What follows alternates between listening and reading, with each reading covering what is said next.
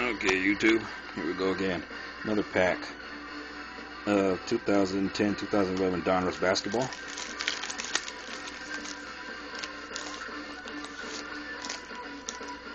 Okay. In this pack we have a team checklist. I think they're checklist cards anyways. Or no, yeah, team checklist. That's the Bulls. Al Horford, Rashard Lewis, Derek Fisher. Should have retired a Laker just like Kobe. They came in the league together.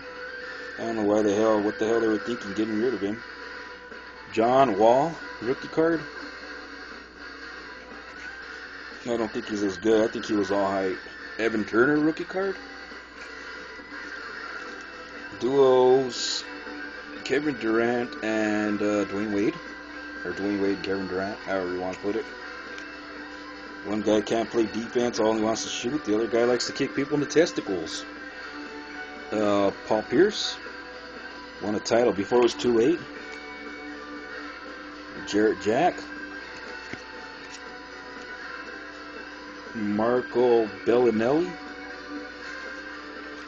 And Jersey Kings, Ben Gordon. Number 2/299. And so it's 278 out of 299. Okay, we can cut this one off.